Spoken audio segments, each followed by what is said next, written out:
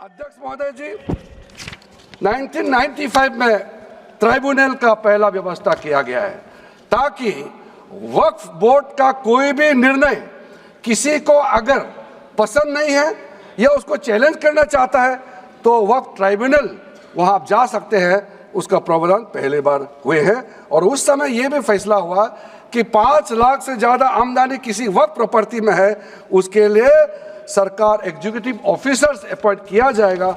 ये भी 1995 में शुरुआत की है। अध्यक्ष महोदय जी, ये आज एक ट्रिगर पॉइंट क्यों हुआ है? ये अमेंडमेंट बिल लाने का आवश्यकता सबसे ज़्यादा शुरुआत कहाँ से हुई? मैं संक्षेप में बताना चाहता हूँ। 2013 में 2014 में हम सब चुनाव में गए और चुनाव में जाने से पहले 2013 में कुछ कदम ऐसे उठाए गए हैं जो आप सुन करके आप सदस्य के रूप में भी और इस देश का नागरिक होने के कारण आपके दिमाग में यह बात जरूर सवाल उठेगा कि ऐसा कदम क्यों उठाया गया है। सर, 2013 में पहला यह बदलाव हुआ कि इस देश में कोई भी आदमी, कोई भी इंसान, चाहे वो हिंदू हो, मुसलमान हो, सिख हो, ईसाई हो, पारसी हो, बौद्ध हो, जैन हो, वक्फ क्रिएट कर सकता है। सबको मालूम है वक्फ एक मुसलमान का अल्लाह के प्रति अपना एक उसका एक पायस चैरिटेबल रिलीजियस पर्पस के लिए वक्फ क्रिएट किया जाता है, लेकिन उसमें डाइल्यूशन करके 2013 में कोई भी वक्फ क्रिएट कर सकता है। ये प्रावधान सबसे पहले उस समय की यूपीए सरकार ने किया है। दूसरा, आपने सारा वक्फ को स्पेसिफिक कर दिया कि शिया बोर्ड में शिया ही रहेंगे, सुन्नी बोर्ड में सिर्फ सुन्नी ही रहेंगे और कोई भी बोर्ड हो सिर्फ उनके लोग ही रहेंगे, बाकी कोई उसमें आ नहीं सकता है। ऐसा आपने प्रावधान किया। अध्यक्ष महोदय, जो इन्होंने 2013 यूपीए गवर्नमेंट के संदर्भ में कहा पूरा का पूरा मिसलीडिंग है, झूठ है और हम डिमांड करते हैं कि वो ऑथेंटिकेट करें। हम डिमांड करते हैं ऑथेंटिकेट करें। इसीलिए बार बार इन्होंने आरोप लगाए, बार बार इन्होंने भ्रम फैलाया। आप इसीलिए हम भी अपनी बात रखेंगे, कृपया आप भी सुनने का धैर्य रखिए। अध्यक्ष महोदय, मेरा भी सौभाग्य है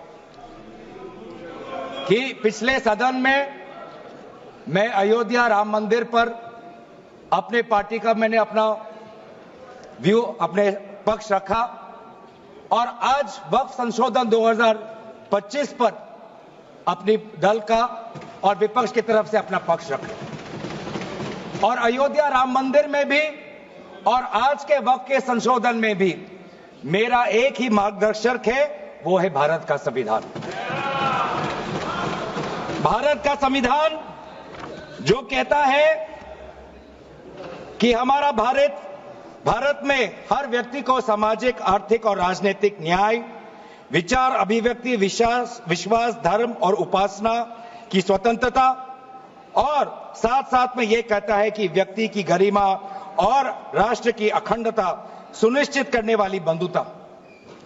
ये बिल आज इस संविधान के इस जो मूल जो ढांचा है उस पर आक्रमण है और इनकी जो पूरा जो भाषण था वो हमारे संविधान के इस मौलिक अधिकार पर, हमारे संघीय ढांचे पर एक आक्रमण था। आज इस सरकार का इस बिल के द्वारा 4 इनके मूल उद्देश्य। पहला मूल उद्देश्य है कि संविधान को कमजोर करना, टू डाइल्यूट द कॉन्स्टिट्यूशन।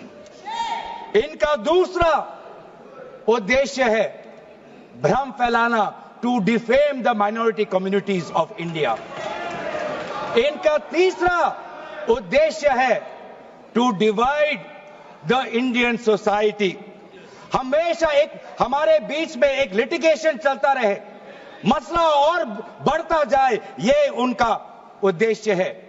और चौथा इनका उद्देश्य डाइल्यूट, डिफेम, डिवाइड और चौथा इनका उद्देश्य है to disenfranchise the minority communities. आज माइनॉरिटी कम्युनिटीज के प्रति अपनी संवेदना जता रहे हैं। सर, कुछ हफ्ते पहले देश में विभिन्न जगहों में लोगों ने ईद की शुभकामनाएं एक दूसरे को दी। और क्या आपको पता है कहां कहां इनकी डबल इंजन की सरकार ने लोगों को रास्ते पे ईद का नमाज भी पढ़ने नहीं दिया।